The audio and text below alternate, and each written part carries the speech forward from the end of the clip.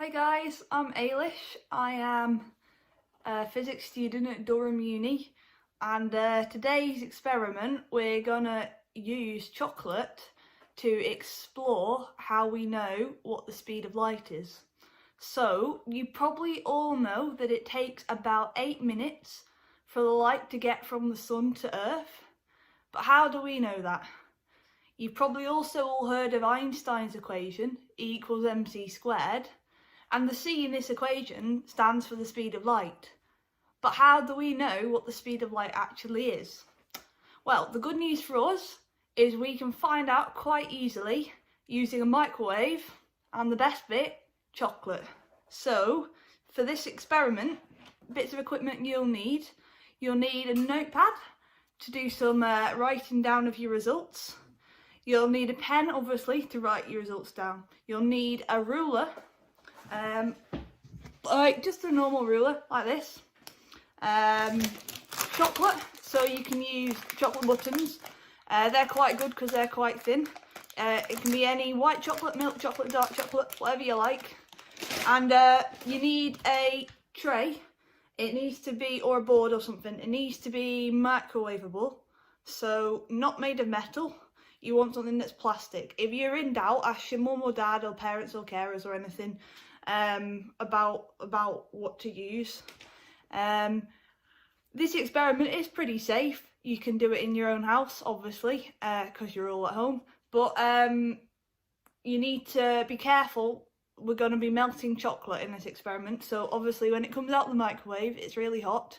So don't go sticking your fingers in the melted chocolate straight away. And when you're putting stuff in the microwave, you probably all know this, but make sure you haven't got bits of metal and stuff in the microwave. Okay, so on to the fun part, the science part. Everything around us we see because of light. You all know what light is. You've all got light bulbs. You've all, the sun's outside. But light's actually a huge spectrum called electromagnetic waves. And these range from radio waves down at one end all the way up to gamma rays at the other end. So we have radio waves, then we have microwaves, we have infrared, visible light, ultraviolet light, X-rays and gamma rays. And this is what we call our electromagnetic spectrum. So visible light, it's in the name really, it's what we use to see. Microwaves are slightly further down the spectrum, and they are what we use in our microwave ovens to cook our food. So today, because it's easy for us to get access to lots of microwaves, we're going to be using them to calculate the speed of light. And the cool thing is, guys, all these different types of light all travel at the same speed, which is really useful for us. Alright, so I don't know how much you guys already know from school, but I'm going to assume that you don't know much, just so that everyone's on the same level. And I'll talk a bit about what waves look like. So a wave, you've probably seen it before, but it's basically like this. So if you imagine waves at the seaside, if you were like a little kid drawing a picture, you might draw them like that. And that is basically what our light waves look like. Obviously we can't see them because they're so small, but that is what our light waves look like. And one wave is the distance between, so we call these dips here troughs, and these pointy bits here peaks. And the wave is a distance between one point on the wave and the next point on the wave that's exactly the same. So that's a bit complicated, but if you think here and here are exactly the same, we have one wave here, and then if you look, it's going to go and repeat itself again. Here and here are also exactly the same. You've got a peak there and a peak there. And if you imagine another trough over here, this bit would be the same as that. So we call this here, between two identical bits on a wavelength. We also call the amount of waves passing a point per second the frequency of a wave. So if you imagine, if we had a little counter here, every time we had one of those go past, we'd count. And then after a second, we'd count how many of these full waves have gone past in that second. and that's what we call our frequency. And there's a really important equation that links the wavelength and the frequency and the speed of light together, and that's the equation: the speed equals the frequency times the wavelength. You might have heard it called C equals F lambda, but it's essentially the speed is the frequency times the wavelength. And that is basically how our waves work. Now, in microwaves, we have waves all over the place. There's not just one wave that's emitted each time. They're firing loads and loads of waves all at once to try and heat up our food. So we get this thing called superposition. Now, superposition sounds complicated. It's not. It's basically we're just adding waves together. So if this is our wave number 1, and we had another wave coming through like this from the microwave emitter, to get our final wave, we basically just add them together. So you can see here that they are exactly the same. They're moving in exactly the same phase. So if we were to draw what our final wave would look like, it would be twice the size of our individual waves, because remember, we're adding them together. So it'd be twice as tall. However, they might not be moving like that. So if we imagine we've got a wave coming like this, we might also have a wave that starts off here and is going like this. And you can see they are completely what we call out of phase. They're complete opposites of each other. And if you look at this, if we think of this as 1 and this is -1 down here, 1 plus -1 is 0. So what we actually get here for our, what we call our resultant wave, is a complete cancellation. So we have two different extremes. We have a double strength wave and we have a 0 wave. And this means if we're cooking our food and we don't have a spinning disc in our microwave, we get things called hotspots. And hotspots are where the waves are adding together completely to get twice as much power. And then we have bits that won't cook at all, which is where we're getting our 0 waves. So like our shadows. If you imagine a shadow outside and then a bit through a magnifying glass, this is our microwave through a magnifying glass, and this is our microwave through a shadow. So you've got bits of no energy and bits of lots of energy. And I won't go into it, but we know from doing some maths that the difference between two areas of high energy microwave, so two hotspots, the distance between the two is equal to the wavelength divided by 2. And that's the key bit of information that we're going to use to calculate the speed of light. Alright guys, so before you start, you might want to make some notes. So I've done it on a pad here. At the top I've written our key equation, speed equals frequency times wavelength. And then I've got spaces to write the frequency, the wavelength divided by 2, the wavelength, and then the final calculation for speed of light. Okay. So how can we find the frequency of our microwave? So you should have a sticker on it somewhere.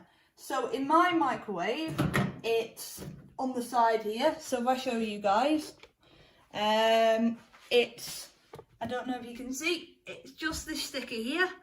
And the frequency is down here. It says 2450 megahertz. So a hertz is the unit of frequency. So you know how we measure distance in meters and time in seconds?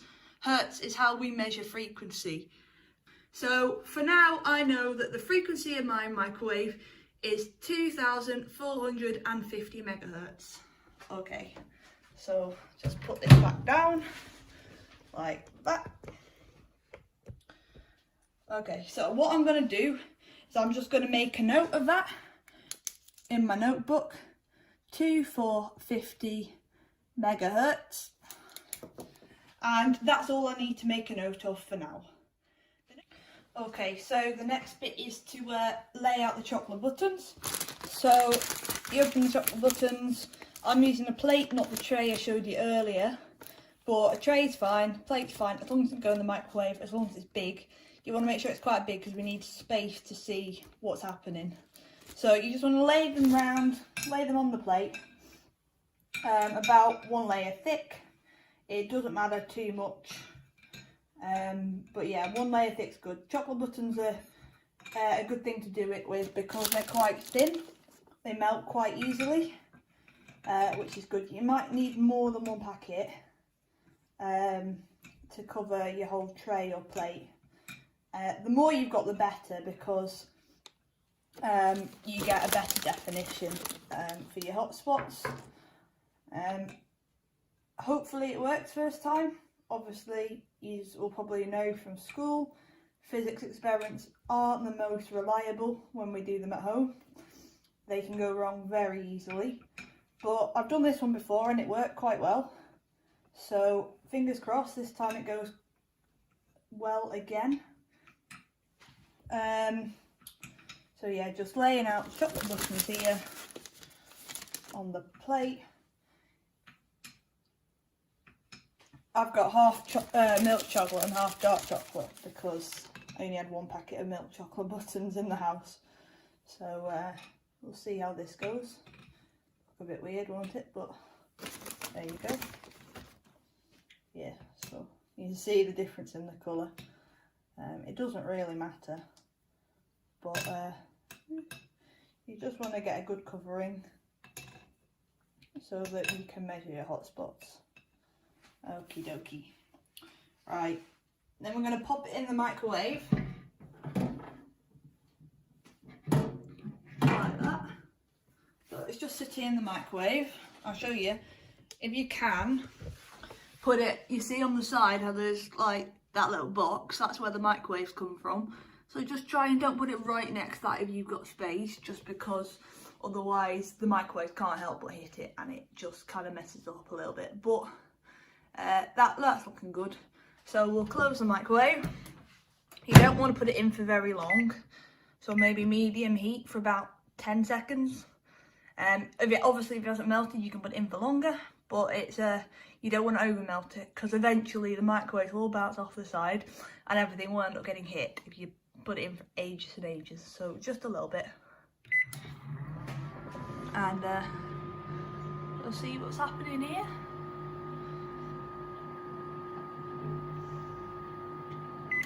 Okay, so fingers crossed, hoping that science does us a good one. Right, woo. So I'm not sure whether that's completely melted yet, so I'm just gonna, nope, they've not melted yet, so I'm gonna put it back in again, and that's alright. It's a bit of trial and error. So I'll stick that back in the microwave and maybe put it on for put it on medium, so put it on medium for maybe 20 seconds this time and see what happens with that.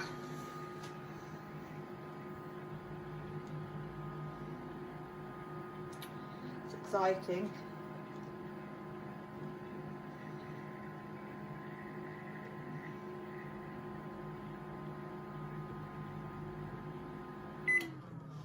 Let's open up the microwave, see what's happened here. It feels warmer. Oh, that's definitely starting to melt there. So I'm probably going to put it in for a little bit longer. You can see these ones here, they've gone really smooth. Oh, and that one's definitely melting over there. So it looks like, oh, and that looks a bit melty as well. So not sure at the minute, but it looks like we've got a bit of a hot spot forming over here and a hot spot forming over here. So if you can kind of see that, we've got a melty one over here, and these ones look like they're starting to get a bit melty as well. So I'm going to put it back in for maybe another 20 seconds on medium, or maybe I'll do 15. So I'll pause it after 15 seconds. And yeah, it's just about that gradual, you don't want to overheat them straight away. Do it too fast, you'll just get a plate full of melted chocolate, which isn't a bad thing, but for science, yeah, that's a bit of a bad thing. So you can definitely see that I get a pen here. You can definitely see this is definitely melted here. You can also see here it's definitely starting to melt. So we've kind of got, here is our hot spot and here is our hot spot. So what we're going to do is we're going to take our ruler and measure the distance between the two, and that's roughly about 8 centimeters here. So what we're going to do is we have our little notebook, and remember what I said, the difference between the two is equal to the wavelength divided by 2. So we're going to write down how much did I say, 8 centimeters, which to get our wavelength we want to times that by 2. So we have 16 centimeters here. Now to do our calculation, we want our units to be normal. We don't want mega and we don't want center in them.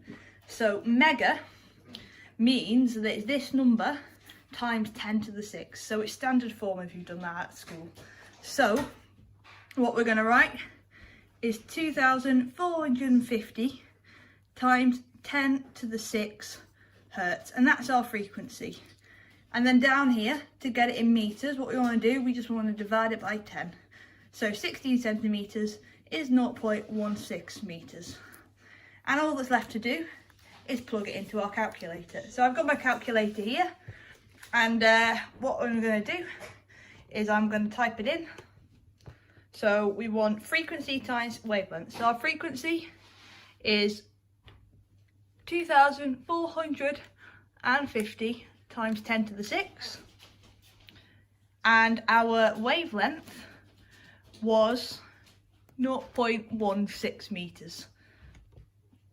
So this is our calculation, and we'll click equals and see what it gives us for the speed of light. So our value here is 3.9 times 10 to the 8. We'll write that down in our notebook. 3.9 times 10 to the 8. And the units that we use for speed is meters per second. Okay, so normally if you're in the car, you've got kilometers per hour, miles per hour. In science, we like to use meters per second. It's just what lots of scientists, if you went to CERN, that's what the scientists there might use. If you went over to NASA, they might be using that as well. So meters per second is a good old unit for us in science. So this is our value, 3.9 times 10 to the 8 meters per second. And for those of you that want to know how close we got, all the scientists around the world, the value that they agree on for the speed of light is, oh, get my pen to work, 3 times 10 to the 8 meters per second. So we're not quite there, but we're not far off at all. We're in the correct order. It's the correct size number, which is what we like. And yeah, so that's all good. And that's our value for the speed of light. So then we can use things like that to calculate things like how far is it to the sun, if we know the speed of light and how long it might take to get to us. We can use it to calculate how far away a thunderstorm is. We need to know the speed of sound, obviously, but we now know the speed of light, we're halfway there. We can use it for all sorts of things. It's used when doctors take x-rays. You need to figure out how fast the light's moving in order to make the image. Obviously computers do all the maths for us, which is nice. But this little number is used in so many different things. And of course, this little number here is called C, and it's used in the Einstein equals mc squared. So that is how we use chocolate and a microwave to find out the speed of light. Alrighty guys, so in our last experiment we calculated the speed of light using a chocolate and the microwave, and we got a pretty good value, pretty close to the accepted value. with the accepted value being 3 times 10 to the 8 meters per second. And the speed of light is accepted by the scientific community as a universal constant, which means everywhere across the universe, the speed of light is always the same. And Einstein proved actually that the speed of light is the universal speed limit. That is, nothing goes faster than the speed of light. So we know that all different forms of electromagnetic radiation, which is the posh name for light, travel at 3 times 10 to the 8 meters per second. But if you remember when we were doing the last experiment, there were 2 other factors that came in to our calculations. So we had our equation, speed of light equals the frequency times the wavelength. So if the speed of light is a constant, for the different types of waves, the thing that changes is the frequency of the wave and the wavelength of the wave. So you can see at the top here, I've written it out from radio waves on the left here, all the way up to gamma rays on the right over here. And underneath, you can see I've drawn like a really dodgy diagram of a wave. And on the left here, near the radio waves, the waves are really spread out, and they get much more bunched up together as you go towards the gamma rays. And that's because at the radio end of the electromagnetic spectrum, waves have a really large wavelength, and at the gamma ray end of the electromagnetic spectrum, they have a really short wavelength. And well, we know from our last experiment that speed of light equals frequency times wavelength. We also know that the speed of light stays the same for all these different types of waves. So if the wavelength is changing, in order for speed of light to stay the same, frequency must also be changing. So what we can actually say is at this end of the spectrum, waves have a really large wavelength and low frequency. And at this end of the spectrum, waves have a really short wavelength but a really high frequency. And here, what I've done basically is just zoomed into this bit of the spectrum, the infrared, visible and UV part of the spectrum. And you can see we have, with large wavelengths and low frequency, we have the infrared waves. And as the wavelength decreases and the frequency increases, we go through our visible light spectrum, and this is basically our rainbow, from red all the way up to violet. And then as the wavelength gets even smaller, we then go into ultraviolet. And you know, you have animals that can see infrared and ultraviolet. Unfortunately, as humans, we can't. We've only got this spectrum. So this is our visible light. And in this experiment, what we're going to do is we're going to make a telescope so that we can actually see this spectrum here. And it works basically by all these different colours of light are made up of waves of different wavelengths, and they interact differently with the telescope, which causes the light to split up so you can see all the individual colours. Alright, for this experiment, here are a few of the things you're going to need. First of all, the main bit, you're going to need an empty Pringles tube like this. It's quite important that it's a Pringles tube because you need like the silver bit in the middle, so I don't think like stackers and whatnot from Aldi and whatnot have the silver bit in the inside. So yeah, Pringles tube, that's good. Obviously eat the Pringles first, we don't want it full. Also going to need a knife, like quite a sharp one, some scissors, some tape, so parcel tape, duct tape, sellotape. I've got some sellotape and some parcel tape. I've lost my duct tape unfortunately. Chopping board to do your chopping on, and also like an old CD that you can cut up and stuff. Like, don't choose your favourite CD or your mum and dad's favourite CD or your granddad's favourite CD or whatnot. Just choose something that you can cut up. And yeah, there's more things that could potentially go wrong with this one. So yeah, obviously sharp knives, be careful guys, don't stab yourself. Make sure you're handling them with care. Maybe talk to your parents or carers for a bit of help if you want. Be careful when you're chopping the CD as well, just in case bits fly off. Yeah, I would you know, maybe ask an adult for a bit of supervision with this one. But yeah, it should be fun. And yeah, just stay safe and be sensible, and yeah, it'll be good. Alright, so the first thing we want to do, to get the stuff here, is you want to take your Pringles tube, and you need to be quite careful this bit. Yeah, so the metal bit on the bottom, what you want to do is you want to get your knife, and you kind of just want to stab it until you get through, and you just want to cut like a slit in the bottom, like that. So can you see that?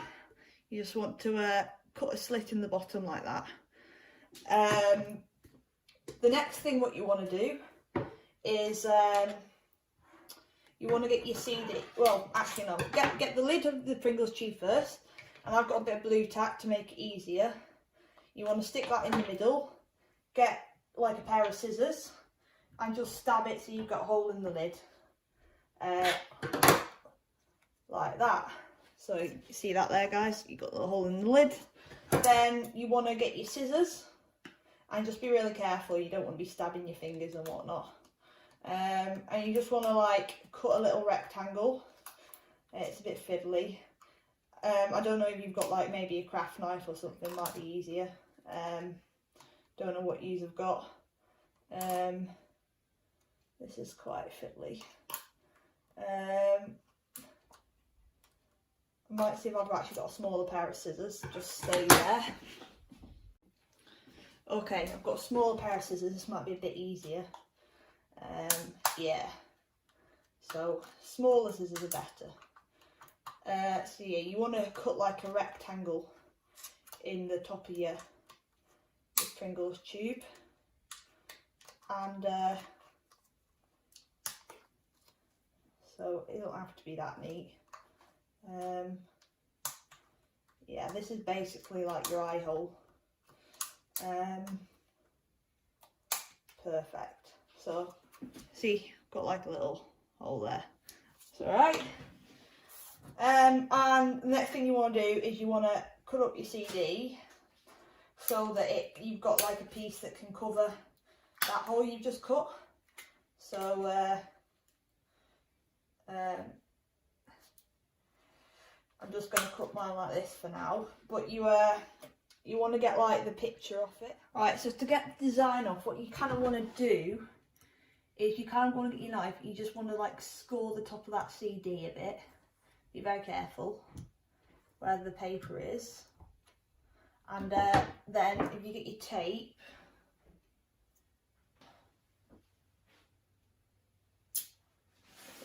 a bit like this. Doesn't always work, but stick that on the top like that. Make sure it's stuck down really good. And then you should, I don't think, you should just be able to rip it off it. Sometimes I can see now, I've kind of got pretty clear there. So I'm going to cut a piece out of there. Sellotape, just plain old sellotape works quite well actually. And if you don't rip it too fast either, it tends to come off. Also be careful, you can see I made a right mess of this bit here when I was scoring. I scored too deep and actually it's cut the plastic, so that's no good, but this bit's good. Doesn't have to be completely clear, just fairly clear. I mean, you can already see, look at that. You can see the light, the different wavelengths being refracted differently there, so it's already splitting into a spectrum on there. You can see it quite well. Little mini rainbow there. But yeah, if you've got any like nail polish remover or white spirit at home and stuff, that's quite good for getting the gunk off. But anyway, back to the telescope that we're making. Well, it's not really a telescope, but you know what I mean. So yeah, you basically just want to cut a bit of CD out like that, And then you want to take the lid like that, and you just want to stick it on the inside of the lid, and don't need too much sellotape, just enough to keep it down like that. And then this goes back on the top, and then you want to get some dark tape, so duct tape or parcel tape, and just tape over the top. This is basically just to keep the extra light out, but obviously leaving your peephole, so to speak, clear of tape. So like that. Parcel tape's a bit thinner than duct tape, so you might need a couple of layers. You could also just like get paper and put paper over the top, stick that down, decorate it, paint it, whatever you want to do. I don't know how much time you got. Well, we're in lockdown, so you probably got quite a lot of time. But yeah, so just like that. It's a bit fiddly, and it's quite hard for me to show you right now how it works, but trust me, it's quite cool when it works. So just sticking it down like that. Stick on quite well.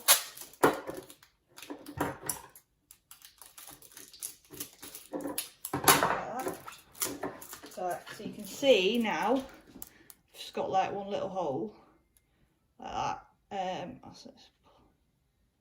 and you should be able to see through. You can see there's the slit at the bottom, maybe. Right, so once you've got your, that's pretty much it. What you want to do now is, hopefully you've all got lights in your house, but basically what you want to do is basically just get the telescope, and you want to peek through the peephole here and just get that slit right at the light. You might have to like move it around a bit. The brighter the light, the better. And then it should split into, like, you can see the spectrum, so you can see perfect. You can see the blue, the green, the yellow and the red. As I said, it's quite hard to show you. I might see if I can draw a little picture now. Excuse the cup of tea. So basically what you're going to get, this is quite a hard one to show you, but it works quite well in your own home, which is where you guys are doing it. Basically what you get is you end up with, if that's the end of the telescope that you can see, you've got your little slit of light there. What you end up getting then is spectrums coming out like this. I can't remember which way it is. I'm just going to say the blues are on the outside and the reds are on the inside. But you get little spectrums coming out like this. So it looks something like that. Yeah, and it looks quite cool. And basically the reason you get something like that, when you stare at the white light, is when the light comes through this little slit here, it does something called diffracting, which is basically where waves spread out. And the amount a wave spreads out depends on its wavelength. So because all these different colours of light have a different wavelength, they all spread out a different amount. So you get this nice spectrum coming, and it's quite nice to see. So there we've touched on another property of light. Last experiment we looked at interference and how waves add together and cancel out. This experiment relies more on diffraction, which is the spreading out of waves. And diffraction's really important because it means things like it affects communications. So whether we can get radio signals in a valley, whether we can get mobile phone signals from a mobile phone mast. So this phenomena happens all over our natural world, and we use it for things, especially communication is probably the big one. And this happens for every single type of electromagnetic wave. So here we've just looked at it for light waves, visible light. It also works for water waves, works for sound waves. Radio waves, I've said. Microwaves, that's what our mobile phones use. This is another key property of waves that we've looked at now, that scientists use every day to help them understand what's going on in the world. So yeah, hopefully that worked for you. Sorry I couldn't really show you what it was like, but even if it doesn't work, got a tin of Pringles to eat, so all's well that ends well, I guess. And yeah, cheers for listening, stay safe, and keep doing science.